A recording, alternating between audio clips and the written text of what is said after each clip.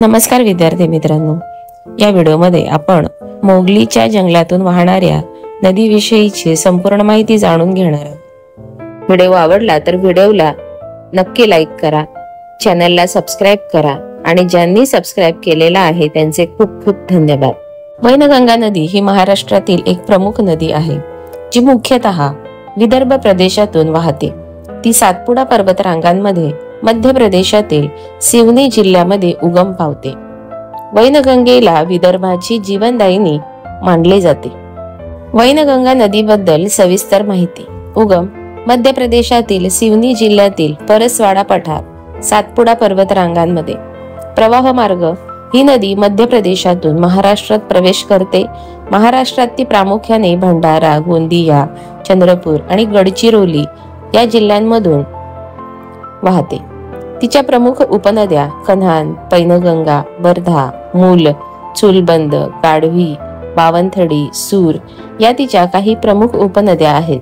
त्यापैकी वर्धा आणि पैनगंगा या मोठ्या उपनद्या आहेत। संगम पैनगंगा नदी पुढे वर्धा नदीला मिळते आणि या दोन्ही नद्यांच्या संगमातून प्राणहिता नदी तयार होते।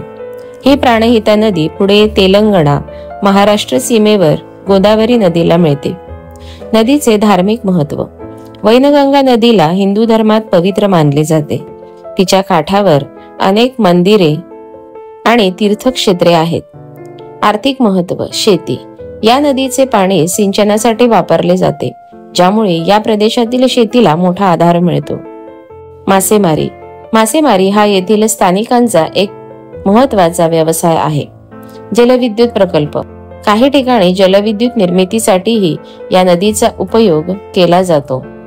प्रमुख शहरे। भंडारा, गोंदिया आणि गडचिरोली जिल्ह्यातील काही शहरे वैनगंगा नदीच्या काठावर वसलेली आहेत। पेच नदी ही वैनगंगेची थेट उपनदी नाही, तर ती कन्हान नदीची उपनदी आहे। कन्हान नदी पुढे वैनगंगेला मिळते, त्यामुळे अप्रत्यक्षपणे पेच नदीचे पाणी वैनगंगेत येते। पेच राष्ट्रीय उद्यानाचे मुख्य आकर्षण म्हणजे तिथली वन्यजीव विविधता आणि निसर्गरम्यता, जी मोगलीच्या कथेसाठी प्रेरणा आहे। मोगलीची कथा ज्या जंगलावर आधारित मानली जाते ते जंगल म्हणजे पेच राष्ट्रीय उद्यान आणि त्याच्या आसपासचा परिसर। हे राष्ट्रीय उद्यान भारताच्या मध्य प्रदेश राज्यातील सिवनी आणि छिंदवाडा या जिल्ह्यांमध्ये आणि काही भाग महाराष्ट्रातील नागपूर जिल्ह्यामध्ये पसरलेला आहे। पेच राष्ट्रीय उद्यानाबद्दल काही प्रमुख गोष्टी। प्रेरणास्थान। रुडयार्ड किपलिंग यांनी लिहिलेल्या जगप्रसिद्ध जंगल बुक या कथेसाठी हे जंगल प्रेरणास्थान मानले जाते। किपलिंगने या भागातील वन्यजीव आणि आदिवासी लोकांच्या जीवनशैलीचा अभ्यास करून मोगलीची कथा लिहिली असे म्हटले जाते।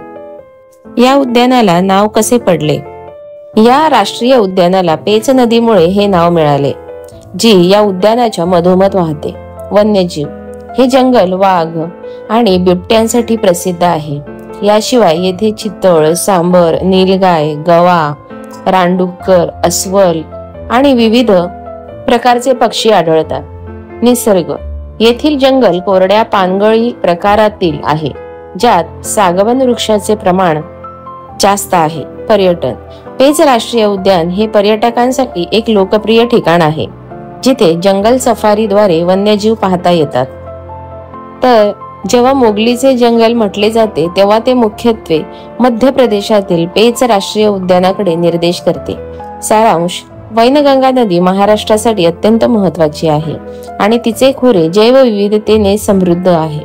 तर मोगलीच्या जंगलातून वाहणारी नदी ही प्रामुख्याने पेच नदी आहे, जी वैनगंगा प्रणालीचा एक भाग आहे। असेच अभ्यासपूर्ण नवनवीन व्हिडिओ पाहण्यासाठी व्हिडिओला लाईक करा आणि चॅनलला जास्तीत जास्त सबस्क्राइब करा। थँक्यू।